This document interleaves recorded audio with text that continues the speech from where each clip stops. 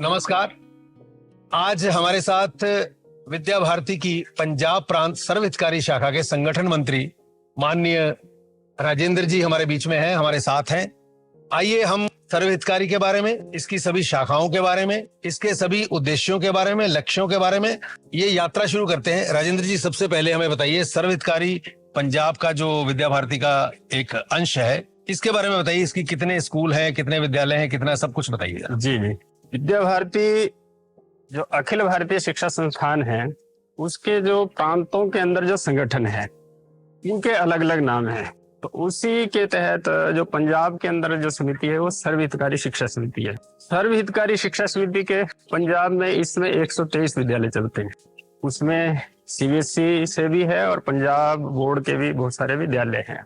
इन विद्यालयों में पढ़ने वाली जो संख्या है लगभग 46,000 बालक हैं। और जो बालक हैं वो हर प्रकार की, हर कम्युनिटी से, जैसे कई बार मन के अंदर रहता है कि शायद ये सर्व हितकारी शिक्षा समिति है, इसमें शायद एक ही समुदाय के बालक आते हो, तो ऐसा नहीं है। 46,000 में से लगभग 13,000 जो बालक हैं, जो यहाँ बाहुल हमारे सिख भाई हैं, उन सिख बंधुओं के बालक पढ़ते हैं। इसके साथ साथ लगभग 600 बालक ऐसे भी हैं जो मुस्लिम बालक हैं, 200 ईसाई बालक हैं। इन सब के अंदर एक शिक्षा देने का काम विद्या भारती कर रही है। और इसके साथ साथ जो हमारे टीचर, जिनको हम आचार्य कहते हैं, लगभग 2200 आचार्य भी हैं। और हमारे जो पंजाब के अंदर विद्यालय हैं वो बहुत बड़े बड़े अच्छे अच्छे विद्यालय भी हैं, जहाँ 2000 और 2500 संख्या है। और ऐसे भी विद्यालय हैं जहाँ 50 से 60 है। छोटे छोटे दुर्गम क्षेत्रों में और ग्रामीण क्षेत्रों में भी हमारे विद्यालय चलते हैं। ये तो हमारा एक पक्ष रहा। दूसरा ऐसा भी क्षेत्र है, जैसे बॉर्डर वाला क्षेत्र है, जो बिल्कुल दूरगामी क्षेत्र, जहाँ अभी तक किसी भी प्रकार की कोई व्यवस्था शिक्षा की और अन्य प्रकार की सुविधा नहीं दिखाई देती। उन क्षेत्रों में भी हमारे जो संस्कार केंद्र हैं, जो 2 घंटे के चलते हैं, लगभग 500 किलोमीटर की एक पट्टी है जो यहाँ दिखाई देती है, जो बॉर्डर का जो क्षेत्र है। उस बॉर्डर के क्षेत्र में लगभग 19 विद्यालय अपने चलते हैं जी। और 60 के लगभग हमारे संस्कार केंद्र चलते हैं। और उन संस्कार केंद्रों के अंदर जो बालक आते हैं जी, उन बालकों में जो अपना भारत है, भारत की जो मूल धारा है, उससे जोड़ने का काम विद्या भारती करती है। और स्लम एरिया जैसे है, उनमें विद्या भारती के संस्कार केंद्र लगभग इसमें 221 संस्कार केंद्र चल रहे हैं। तो ये जो संस्कार केंद्र आपने बताया और आपने विद्यालय बताए, इसमें जो बच्चे हैं वो किस स्तर के फैमिली से आते हैं? Middle standard family, upper middle, या रिच फैमिलीज, या बहुत गरीब फैमिलीज? किस तरह के बच्चे हैं अपने पास?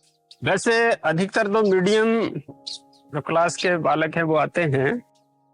और कुछ जो गरीब, जो वीकर क्लास है, आर्थिक दृष्टि से है, जिनके घर में अपने खाने के लिए अन्न नहीं है, तो उनको बालक के लिए शिक्षा देने की भी मुश्किल है। तो ऐसे बालक भी अपने विद्यालयों के अंदर बहुत से हैं, जिसके लिए विद्या भारती ने एक योजना चलाई है, अडॉप्ट टू एजुकेट। इसमें हजारों बालक हैं जो अच्छे आर्थिक दृष्टि से सुदृढ़ लोग हैं, वो एक बालक को अडॉप्ट कर लेते हैं, उसका वार्ष का पूरा खर्चा वो देते हैं। तो ऐसे हमारे बालकों के लिए भी ऐसी योजना चलती है। तो इसमें ये जो अभी आपने बहुत अच्छा एक कंसेप्ट बताया एडॉप्शन वाला, तो मुझे ये बताइए कि आप समाज के किस वर्ग के लोग इसमें सहयोग देते हैं और आप उनको अप्रोच कैसे करते हैं? जो हमारे इंडस्ट्रियलिस्ट हैं और जो अपनी भारतीय विचारधारा से ओतप्रोत हैं, जिनके मन के अंदर एक इस प्रकार की उत्कंठा है कि हम आर्थिक दृष्टि से तो साउंड हो गए हैं, लेकिन हमारे समाज का एक ऐसा अंग भी है जिनको भी शिक्षा मिलनी चाहिए। तो ऐसे लोगों को मोटिवेट करके वो काफी मात्रा में हमारे पास आते हैं और वो पूरा सहयोग भी करते हैं। तो ये जो क्राइटेरिया है, कितने टोटल विद्यालय अभी तक चल रहे हैं और भविष्य में क्या प्रणाली है कि हम कितने विद्यालय खोलना चाहते हैं? अभी लगभग 35 विद्यालय हमारे ऐसे जो सुदृढ़ हैं, जो स्वयं का आर्थिक भी वहन करते हैं। इसके अलावा वो ऐसे क्षेत्रों के लिए भी धन का प्रावधान करते हैं, जैसे बॉर्डर का एरिया है, जो स्लम एरिया है। शेष कुछ हमारे 20-25 विद्यालय ऐसे हैं जो अपने आप सेल्फ उसमें है कि उनको आर्थिक रूप से कोई तंगी नहीं है, केवल अपना ही खर्चा वो वहन कर सकते हैं जी। इसके अलावा जो विद्यालय हैं वो बहुत वीकर क्लास के हैं, तो उनके लिए भी समाज के सहयोग से वहाँ काम चलता है और लोगों की अच्छी एक सहयोग यहाँ पर मिलता है और विद्यालय वहाँ चल रहे हैं। अभी ये जो हम साइंस फेयर में, जहां हम इस मैदान पे मौजूद हैं अमृतसर में, ये माधव विद्या निकेतन में, ये बहुत भव्य आयोजन आप लोगों ने किया हुआ है और मैं देख रहा हूँ पूरे देश से यहाँ बच्चे आए हुए हैं। तो आप ये कैसे इतना मैनेज कर पाते हैं? जैसे आप देख रहे हैं यहाँ सभी प्रांतों के लगभग 450 बालक आए हुए हैं जी। अलग अलग प्रांतों के हैं, उनकी भाषा अलग है, उनका खान पान अलग है, लेकिन वो सब कुछ होते हुए भी हम भारतीय हैं, हम एक हैं, भारत माता के सपूत हैं, ऐसा भाव उनके अंदर जागृत होता है।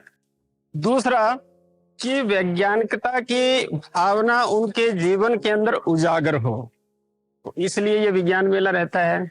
अभी आप देख रहे हैं पिछले कल से जो हमारे प्रदर्शन है, कितने अच्छे अच्छे इनोवेटिव उन्होंने जाके रखे हुए हैं जी। आज हमारे जो साइंटिस्ट जो निशंक जी आए हैं, जिन्होंने चंद्रयान का लैंडिंग प्रोसेस पूरा किया, अभी उन्होंने भी बच्चों के सामने बहुत अच्छा विषय रखेंगे, कुछ हुआ भी है। तो कुल मिलाकर के ये सारा बच्चों के सर्वांगीण विकास के लिए एक महत्वपूर्ण प्रयास विद्या भारती करती है और इसी के माध्यम से आज विद्या भारती के बालक हर क्षेत्र में जाते हैं, लेकिन उनके जीवन के अंदर एक विशेषता रहती है, जो कोई भी कार्य करते हैं वो अपने देशभक्ति के लिए, यानी कि देश के लिए काम करते हैं। एक मेरे मन में सवाल आ रहा था, क्योंकि आप संगठन मंत्री हैं, आप सारा विद्यालयों का, टीचर्स का, स्टूडेंट्स का सारा काम देखते हैं, तो यहाँ पर इस मंच से, यानी ये साइंस फेयर से, आप विद्या भारती के और सर्वहितकारी के सभी बच्चों को इस वीडियो के माध्यम से क्या संदेश देना चाहते हैं, और साथ ही टीचर्स को भी, जो शिक्षक हैं, उनको भी क्या संदेश देना चाहते हैं इस वीडियो के माध्यम से? जैसा कि हम विद्या भारती के माध्यम से हमारा जो देश है, हमारे जो आने वाले बालक हैं, देशभक्त बने और वर्तमान चुनौतियों का वो सामना कर सके सफलतापूर्वक, इसके लिए हम बालक को तैयार करते हैं। तो मुझे लगता है कि हमें 3 बातों का ध्यान रखना चाहिए आज के युग में। पहला है पर्यावरण संरक्षण। अगर हमारा पर्यावरण अच्छा नहीं है तो आने वाले समय में जो आने वाली हमारी पीढ़ी है, उनके जीवन के लिए, उनके अपने विकास के लिए बहुत बड़ी मुश्किल होने वाली है। अब इसके लिए हमें करना क्या है? जैसे पॉलीथीन का प्रयोग ना करें, क्योंकि आज पॉलीथीन की इतनी समस्या है, केवल भारत में नहीं पूरे विश्व भर में। दूसरा है जल का, इसके लिए वाटर हार्वेस्टिंग का विद्यालयों से तो हमने कहा है, लेकिन बालक क्या कर सकता है कि पानी का संरक्षण करने के लिए तो पीने के लिए केवल आधा गिलास पानी का ले। दूसरा, अपने कहीं भी अगर पानी बह रहा हो उसको रोके, विद्यालयों में, घरों के अंदर, तो इसमें विशेष वो काम करें। और दूसरा है हमारे जो टीचर, जिसको हम आचार्य कहते हैं, क्योंकि हम आचार्य कहते हैं, इसी से ही बात हमारे ध्यान में आ जाती है। आचार्य का मतलब होता है आचरण से जो दूसरों को, इनके बालकों को सिखाता है। तो मेरा सभी आचार्यों से, सभी जो हमारे टीचर गुरुजन हैं, जैसे हमारा एक प्रशिक्षण भी होता है, तो वो अपने जीवन से ये सिखाने का काम करे और इसी के माध्यम से हमारी पृथ्वी बच सकती है।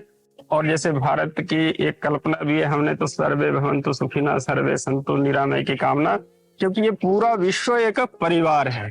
तो ऐसा एक मन के अंदर विचार लेकर के हम आगे बढ़े, तो आने वाली जो अनेकों प्रकार की जो समस्याएं हैं, उनका हम सामना कर सकते हैं। बहुत बहुत शुक्रिया राजेंद्र जी आपके इस मार्गदर्शन के लिए। मुझे उम्मीद है सभी बच्चे और सभी शिक्षक ये जो राजेंद्र जी ने बातें बताई हैं, इनको अपने जीवन में धारण करेंगे और आने वाली पीढ़ी को भी सिखाएंगे। बहुत बहुत शुक्रिया आपका, धन्यवाद।